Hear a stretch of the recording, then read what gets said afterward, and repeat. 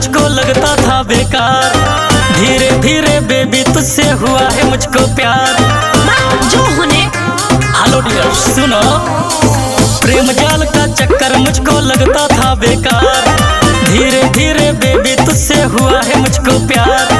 ऐसे बल खा के जल्दी क्यों करती हो मनमानी, मैं मजनू बन जाऊं प्यार में तू लैला बन जा रानी। मैं मजनू बन जाऊं प्यार में तू लैला बन जा रानी। चुप झूठा। मैं मजनू बन जाऊं प्यार में।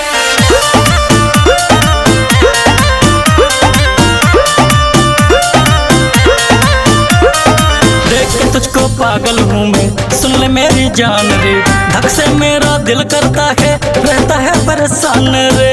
आई लव यू मेरी सोना, रहता है परेशान रे। देख के तुझको पागल हूँ मैं, सुन ले मेरी जान रे, धक धक धक धक दिल करता है रहता है परेशान रे, रहता है परेशान रे। गजब के तोहर मुस्की बाओ चढ़ल बाई जवानी, मैं मजनू बन जाऊं प्यार में तू लैला बन जा रानी।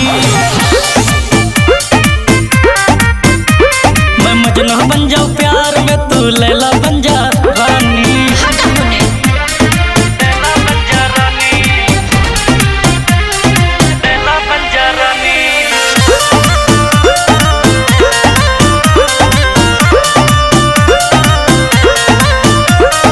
आँख का काजल नाक का नथिया करती है सिंगार रे, तेरे पीछे कितने पड़े आशिक हजार रे, आशिक हजार रे, आशिक हजार रे। आँख का काजल नाक का नथिया करती है सिंगार रे, तेरे पीछे कितने पड़े आशिक हजार रे, आशिक हजार रे। विकास संगे शुरू करो अपन प्रेम कहानी,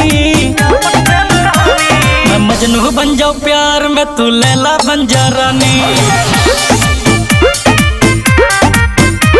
मैं मजनू बन जाऊं प्यार में तू लैला बन जा